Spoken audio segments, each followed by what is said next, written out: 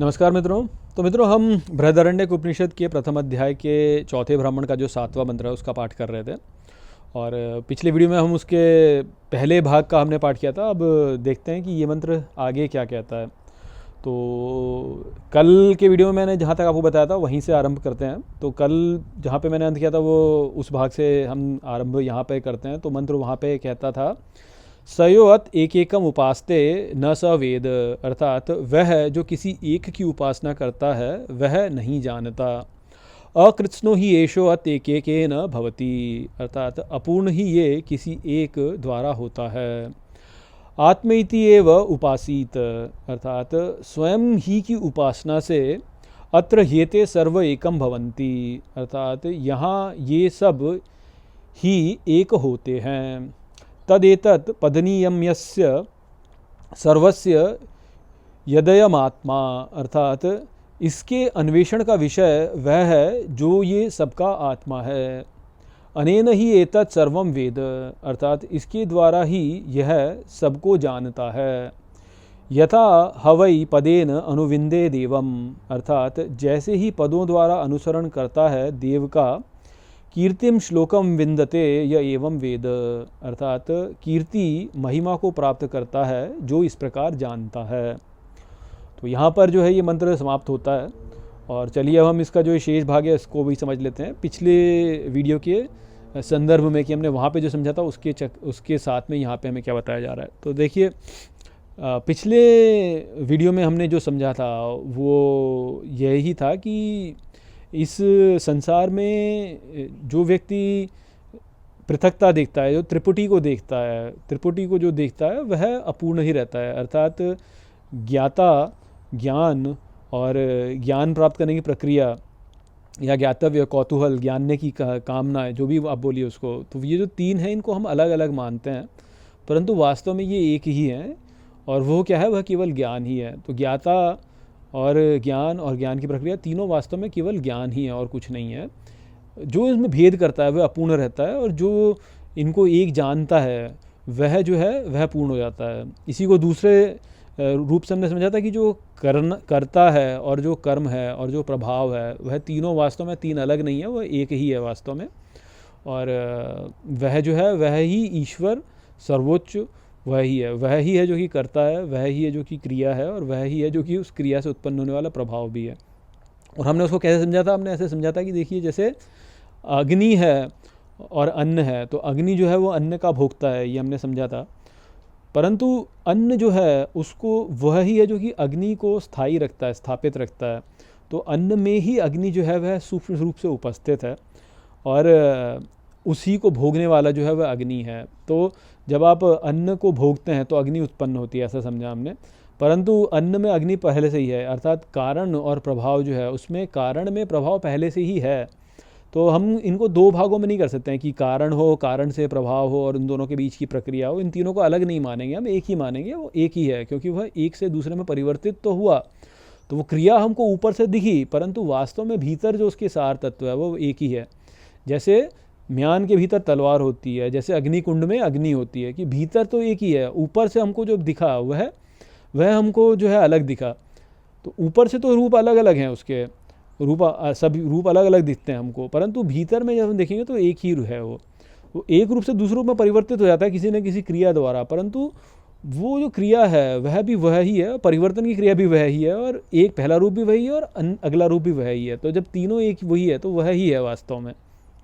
तो ये हमने पिछले वीडियो में समझा था, इसका जो पिछले वाला भाग है। तो अब उसी को लेकर के यहाँ पे बताया जा रहा है कि जो ये इनमें पृथकता देखता है वह जो है वह पूर्णता नहीं देखता। अर्थात जो किसी एक की उपासना करता है, या तो कारण की उपासना करे या प्रभाव की उपासना करे, तो वह जो है वह पूर्णता से नहीं जानता। इसको आप ऐसे समझ सकते हैं, जैसे मान लीजिए कि आपको जो है लड्डू खाना अच्छा लगता है। तो अब लड्डू को बनाने के लिए आपको बेसन चाहिए ना, तो बेसन से आपने लड्डू जब बनाया तो आपको लड्डू अच्छा लगा, परंतु बेसन में लड्डू पहले से ही था। तो यदि आप ज्ञान में हैं तो आप जो है बेसन में पहले ही लड्डू को देख लेंगे और बोलेंगे कि ठीक है, ये लड्डू ही है अपने आप में, तो मुझे तो ये अच्छा लगता है। तो आपको बेसन जो है वो अपने आप ही अच्छा लगेगा। बेसन से लड्डू बनाने की जो प्रक्रिया है वह भी आपको अच्छी लगेगी, और फिर जब आप लड्डू को भोगेंगे तो आपको लड्डू भी अच्छा लगेगा। तो तीनों आपको अच्छे लगे क्योंकि आपने जो आपकी पूर्णता है, तो आप सबको में सब में एकता ही देख रहे हैं। परंतु यदि कोई व्यक्ति है जो कि अपूर्ण है, तो उसको जो है बेसन में उसकी रुचि नहीं होगी, उसको प्रक्रिया में भी रुचि नहीं होगी, परंतु उसको लड्डू अच्छा लगता है तो लड्डू अच्छा लगेगा, तो लड्डू खाएगा वो। तो ये जो है ये एक ही की उपासना कर रहा है कि लड्डू उसे अच्छा लगता है, परंतु पहली ही वस्तु उसे अच्छी नहीं लगी। परंतु जो पूर्णता दिखता है उसको पहले वाली वस्तु भी अच्छी लगी, अर्थात उसको सब में जो है सब में अपना प्यारा ही उसको दिख गया, जबकि एक जो है उसको केवल एक भाग में अपना प्यारा दिखा, दूसरे में अपना प्यारा नहीं दिखा। तो इस प्रकार से जो है वह अपूर्ण हो जाता है, इस प्रकार से वह अपूर्ण हो जाता है क्योंकि वह जो है वह सीमित से जुड़ जाता है, सीमित में रह जाता है, वो पूर्णता में नहीं जा पाता, केवल सीमित में ही रह जाता है। तो कारण और प्रभाव जो है उसमें जो मान लीजिए आपको कारण अच्छा लगता था और वो अब प्रभाव में चला गया, तो आपको दुख होगा कि भाई मेरा कारण समाप्त हो गया, कारण जो था वो समाप्त हो गया। आपको यदि प्रभाव अच्छा लगता है और कारण आपको अच्छा नहीं लगता, तो आप प्रभाव के प्रति लोभ करेंगे। मान लीजिए आपको कुछ करने से आपको धन प्राप्त होता है, तो आपका धन प्राप्त होता है तो धन के लिए जो है आप लोभ करेंगे ना, उस क्रिया को करेंगे लोभ के कारण। और यदि आपको मान लीजिए कि किसी चीज़ से आपकी हानि होती है तो आप उसको नहीं करना चाहेंगे, तो उससे आप द्वेष करेंगे। तो राग और द्वेष आ गया ना, ऐसे किसी एक से सीमित होकर के, किसी भी एक से जोड़ करके, क्योंकि कोई भी सीमित वस्तु जो है वह प्रकट होती है तो किसी न किसी कारण से प्रकट होती है, और वह निरंतर रह नहीं सकती, क्योंकि अंततः वह जो है वह भी किसी अन्य प्रभाव में विलीन हो जाएगी। तो इसलिए जो केवल जो है कारण और प्रभाव के चक्कर में फंसा रहता है, जो इसको जो है मैं एकता नहीं देखता, वो परिवर्तन को समझ नहीं पाता ठीक प्रकार से, वो सोचता है कि अलग अलग वस्तुएं अलग अलग हैं, वह अपूर्ण ही रहता है। परंतु जो संपूर्णता में चला जाएगा वह इन सब से प्रभावित नहीं होगा, क्योंकि वह सब में एकता ही देखेगा। वह जान लेगा कि सब कुछ एक ही है, और वह जो एक है उसके साथ में ही वह भी एक हो जाता है, क्योंकि वह सब कुछ एक ही है ना। अब मान लीजिए कि सब कुछ एक ही है, तो यहाँ पे संपूर्ण विश्व मैं ही हूँ, फिर जब एक ही है तो मैं भी हूँ इस विश्व में, और संपूर्ण विश्व भी है, विश्व में अलग अलग वस्तुएं हैं। तो अब यदि सब एक ही है, यदि एकत्व ही है, तो फिर मैं ही हो गया वास्तव में सबके साथ में एक। तो जब मैं ही एक हो गया सबके साथ में, तो एकत्व हो गया ना। तो जो इस प्रकार से जानता है वह स्वयं में ही वास्तव में स्थित हो जाता है। वो इस बात को वो समझ पाता है कि यहाँ पे जो भी कुछ प्रकट हो रहा है उसका जो स्रोत है वह मैं ही हूँ वास्तव में। तो वो फिर आत्मा का ही अन्वेषण करता है, वह उसका जो विषय होता है वह केवल आत्मा तक ही सीमित रह जाता है, अन्य विषयों में उसका ध्यान नहीं जाता है। समझ रहे बात को? जैसे इस संसार में अलग अलग व्यक्तियों का अलग अलग विषयों में जो है उनकी रुचि होती है। किसी को तो जो है खेल कूद में रुचि है, किसी को वाणिज्य में रुचि है, किसी को राजनीति में रुचि है, किसी को किसी अन्य में फैशन में मान लीजिए रुचि है, किसी को, है ना। अलग अलग विषय हैं यहाँ पे, इतने सारे अलग अलग विषय हैं। तो लोगों की अलग अलग विषयों में रुचि होती है, और जब उनकी अलग अलग विषयों में रुचि होती है तो उन्हीं विषयों में वो लिप्त हो जाते हैं, और उन्हीं विषयों के द्वारा वह सोचते हैं, और उसी में कारण प्रभाव के चक्कर में पड़े रहते हैं कि अच्छा ये मान लीजिए किसी की जो है खेल कूद में रुचि है, क्रिकेट में किसी की रुचि है, तो अब वो यही सोचेगा कि अच्छा इसने ये बॉल ऐसे डाली तो उसने उसको इस प्रकार से खेला तो ये क्या हो गया, या हमारी टीम तो बढ़िया हो रही है, उनकी टीम बेकार हो रही है। तो ये जो नीचे वाले विषय हैं उनमें ही वो व्यक्ति फंसा रह जाता है। परंतु जो इन सब में एकत्व देखेगा, जो हर विषय के को गहराई में जब जाके देखेगा, तो पाएगा कि भाई ये कारण और प्रभाव का ही सारा खेल चल रहा है यहाँ पे, कि एक से दूसरे में परिवर्तन होता है, दूसरे से दूसरे में परिवर्तन होता है, तीसरे से चौथे में परिवर्तन होता है। ऐसे ही सारे विषय यहाँ पे हो रहे हैं, एक से दूसरा आया, दूसरे से तीसरा आया, तीसरे से चौथा आया। तो जो इस प्रकार के कारण और प्रभाव के चक्कर में पड़ता है, को से ऊपर उठ जाता है, जो चक्कर से ऊपर उठ जाता है, तो वह एकत्व ही देखेगा। तो अब जब वो एकत्व ही देखेगा तो उनका इन सब विषयों में से उसकी जो रुचि है वह समाप्त हो जाएगी, क्योंकि वो उनको ये सब कुछ जो है, ये सब ऊपर से जो है केवल उसको केवल एक जो है आप कहेंगे लीला कहेंगे आप उसको, या जो भी कहेंगे ड्रामा जैसे कहते हैं, वो दिखेगा उसको। तो उसका जो ध्यान होगा वह इन सब में से ऊपर उठ करके इसके स्रोत पे जाएगा, कि ये जो सारा खेल जो चल रहा है, इस खेल के पीछे क्या है वास्तव में, कौन है इस खेल को चलाने वाला, जो खेल को देख रहा है आगे, जो खेल को ही देख रहा है, तो खेल में रमा हुआ है।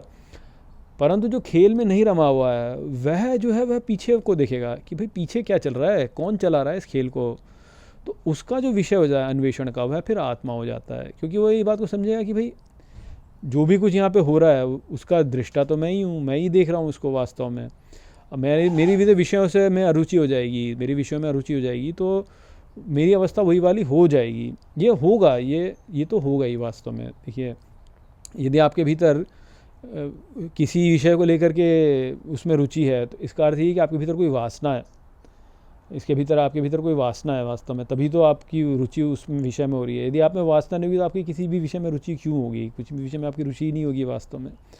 और यदि आपकी किसी विषय में रुचि नहीं होगी तो आपकी फिर तो आप अपने आप में ही बैठोगे ना, फिर अपने बारे में सोचोगे और किसी के बारे में थोड़ी सोचोगे, क्योंकि हमारी जो स्थिति है वह तो स्वयं में ही है। आप ये सोचिए कि ये संसार यदि है, इस संसार को यदि आप में रुचि ना लें तो फिर आप कहाँ बैठेंगे, तो अपने आप में ही बैठेंगे ना। तो आपका जो फिर आपकी जो स्थिति होगी वो अपने आप में ही हो जाएगी। तो आपका जो अन्वेषण का विषय हो जाएगा वह आत्मा ही हो जाएगा वास्तव में। तो जो इस त्रिपुटी से ऊपर उठ जाता है ना, कि ज्ञानी ज्ञान, यानी ज्ञाता ज्ञान और ज्ञातव्य की त्रिपुटी से उठ गया, या कर्ता क्रिया और प्रभाव, इसकी त्रिपुटी से जो ऊपर उठ जाता है, वह व्यक्ति जो होता है उसकी स्थिति आत्मा में हो जाती है। उसका अन्वेषण जो है आत्मा में ही स्थित हो जाता है, एक ही विषय में उसकी स्थिति हो जाती है, एक ही विषय में उसकी स्थिति हो जाती है। जैसे कि कल की वीडियो में हमने समझा था कि हमको यही बात समझनी है वास्तव में इस संसार में, कि यहाँ पे सब कुछ ईश्वर स्वरूप है। जो भी कुछ यहाँ पे है सब वास्तव में ईश्वर स्वरूप ही है। मेरे भीतर भी ईश्वर है और चारों ओर ईश्वर ही है वास्तव में। और वो जो ईश्वर है वह ही आत्मा है। जब वो मेरे भीतर से प्रकट होता है तो जीवात्मा रूप से दिखता है, परंतु जब वह सर्वत्र है तो वह परमात्मा है। तो और जीवात्मा यदि अमर हो जाए तो परमात्मा में ही विलीन हो जाएगा। और जब तक जीवात्मा का स्वयं का अस्तित्व है तब तक वह इस कारण प्रभाव के चक्कर में ही फंसा हुआ है। तो उसका अन्वेषण जो है इस विषय तक ही सीमित हो जाता है, इससे बाहर जाता नहीं। तो जब ये बात वो व्यक्ति समझता है और जब वो ये जानता है कि मेरा जो स्वरूप है वह तो वास्तव में परमात्मा वाला ही स्वरूप है, तो आप ही सोचिए कि वो कितनी बड़ी कीर्ति और कितनी बड़ी महिमा को वह प्राप्त कर लेता है।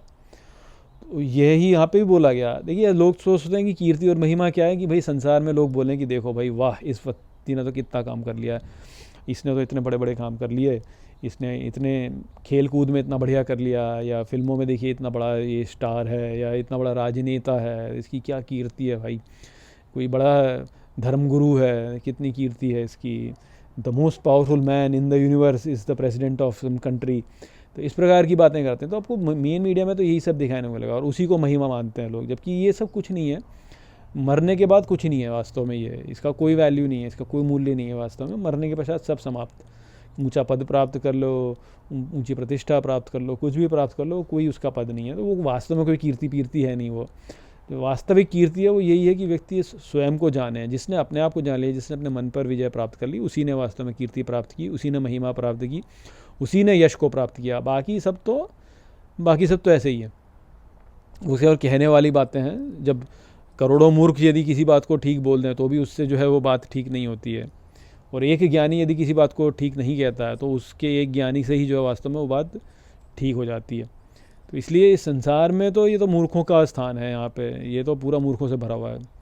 इतने 8 अरब लोग हैं यहाँ पे, अधिकांश जो उनको कोई ज्ञान नहीं है, उनको कुछ भी पता नहीं है, वो एक नींद में पड़े हुए हैं सब।